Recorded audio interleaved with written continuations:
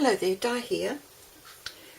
Today I've got just a quick flip through of a couple of little journals I've been making, and these are for a friend of a friend, and how the order came about was a friend of my daughter's partner lost her mother not that long ago, and my daughter asked if I had a journal that they could take and give to her so that the daughter could put photos of her mum in and use it as a memento mori album.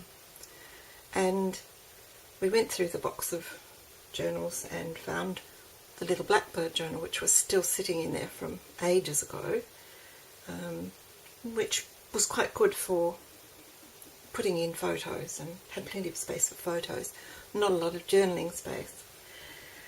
And it was very successful and appreciated and all the rest of it. But at the funeral, my understanding is the lady that did the service for them was very taken with it and decided she wanted one for her son and her daughter that she could, over time, fill with bits of memorabilia that she really wanted her son and her daughter to remember about her. So I said, fine, I'll make her a couple. So these are what came from that rather strange discussion about memento mori albums. I had absolutely no parameters for these, except that one was for a daughter and one was for a son. I have no idea of their ages or their colour preferences or their lifestyle. I don't know anything at all. So in one way that was quite liberating, but in another way it was quite difficult. I had to constantly think, I didn't have an age sort of, presumably this woman isn't intending to depart this world in the near future, so I just hope they last long enough for the purpose that she wants them. Hopefully she'll stack them up with photos and pop them away in a box and keep them safe until the dread day comes, but I just hope they last the distance. I'm always anxious about that. That's why I don't sell my journals. I'm never sure of the longevity of it. So these are the two I made. So I'll start with the boys' ones first, because we nearly always do start with the boys' ones. Craft and black predominantly. I've used butterflies themes. That's kind of the unifying thing for the two albums is butterflies. I had this nice craft, I think it's Tim Holtz craft paper with butterflies, so I used that for the covers. And for this one I used, I think this is a Kaiser Craft paper that I've had for quite some time. For both of them though, on the spine, this one I used black book cloth, and this one I used, it's sort of a beigey cream. It's not a brilliant colour, but it was what I had on hand and it was the closest to cream. So we'll talk about that in a minute.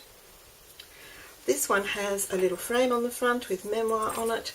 It's got a bit of a little dangle here on the closure with just a key and a guitar and a soccer ball, but they can be changed if they're not appropriate.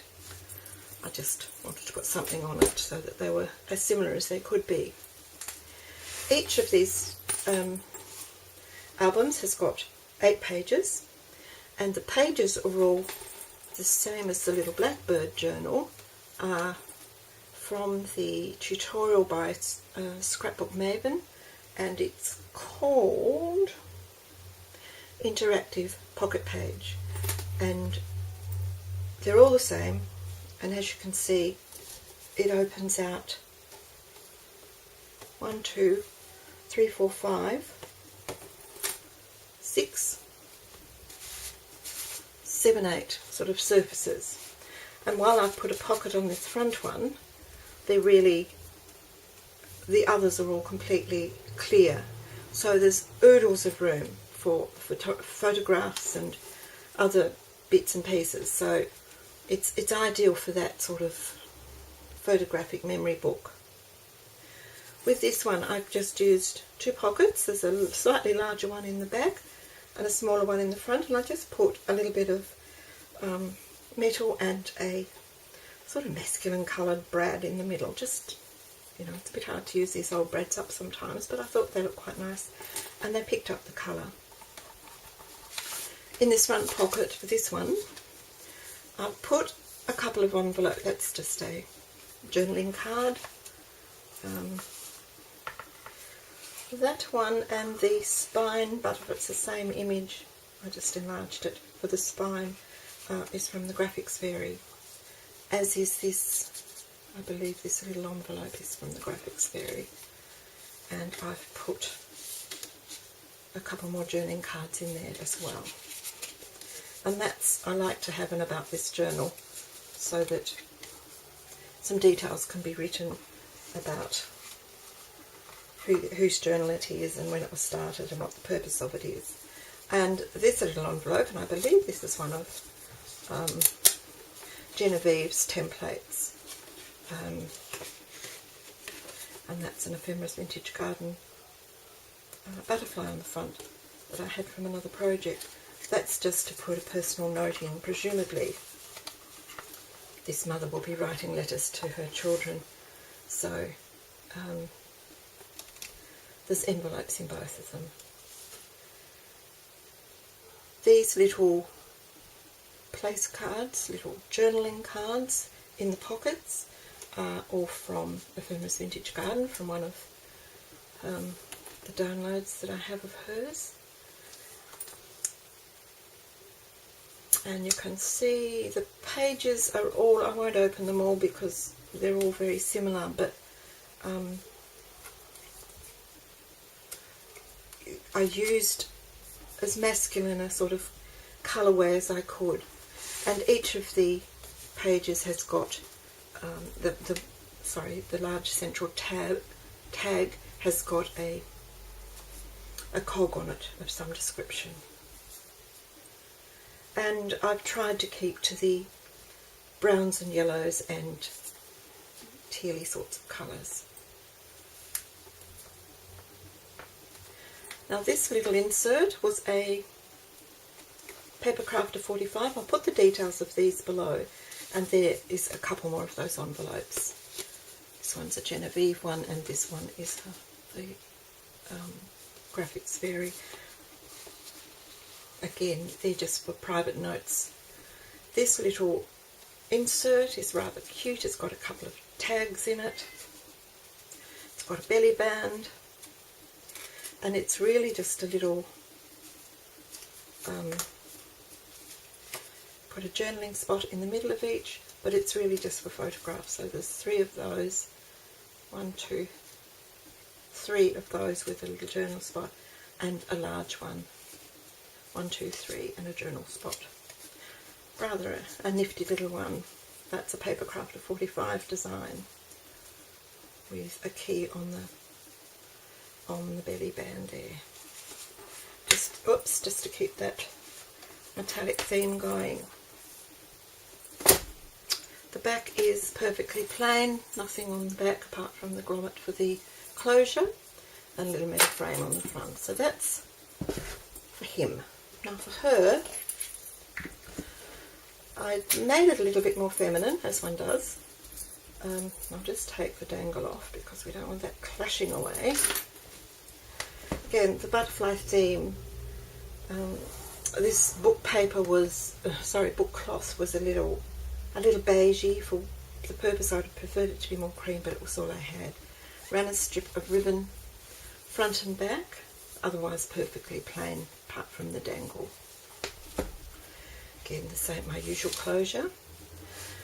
And again, the 8 pages, all identical, all with a pocket on the front, and these delightful Ballerina Fairy journaling cards from the Graphics Fairy. They're such sweet faces and such beautiful images, I couldn't resist popping them in. And again, this one is a much softer paper line, more feminine, and again I've tried to stick to, even though it seems very colourful to me, I've tried to stick to those greens and pinks and blues. In the front of this one was also that was part of that same Graphics Fairy download, some little tiny Blue Fairy envelopes, so there's a couple of those. On each of the pockets I've added a vellum envelope. Now I made these ages and ages ago for a box card. I was going to have the butterflies popping out of the box card on acetate strips, and nothing I could do would make them stick to the acetate.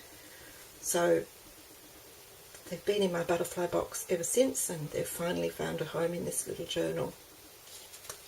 A couple of envelopes here in the front. Again, this is just with paper from my stash. Needed that weight. This little one, it's a Genevieve Designs template. That one was from the, which one was that one from? Let me just check. That's right here behind me. That was one from the Stack the Pages mini album template set. It's a very useful little template, and what I did for this one, because I didn't have any paper that was appropriate, I printed this Flower Fairy tree from the Graphics Fairy download onto a piece of nice weight sort of presentation paper, and put the template on, cut it out. It's handy having the template from that sorts of things because you can lay it where you want it. And then I went over it with Copics and just coloured the front, the leaves and the little berries. And I made this little booklet to go inside that. It's got a couple of little hearts in the middle and Discover on the front. And you know, that could be somewhere where little bits and pieces are written in, because one thing I've learned over the years, people that I love, that they're part of this world, that you constantly discover things about them. Even though they're long gone, you know, there's always something to discover about them, which is lovely. This one has just got plain inserts at the moment without a topper on them, because I've tried all sorts of things. I had about 6 different colours and all of them looked wrong. So what I'm going to do is leave them plain cream, because they'll presumably soon be covered with photographs. I'll just work out some sort of a topper there, and I ran out of the cream paper, so I couldn't finish them, finish the tags, but I think I'll leave them plain cream rather than put a matte on them, because nothing I tried looked cohesive enough with the rest of the journal, but the cream looks okay. So I'll finish them off when I can get in tomorrow into town and buy the extra couple of sheets of paper and finish them off. It's quite pretty. I don't normally do pretty, but this is really quite pretty, and I had fun pulling out lots of the, mine were nearly all 6.5 by 6.5, because nearly all Papercrafter pages to line these. And again, as we did before, there's, you know, this flip that goes on.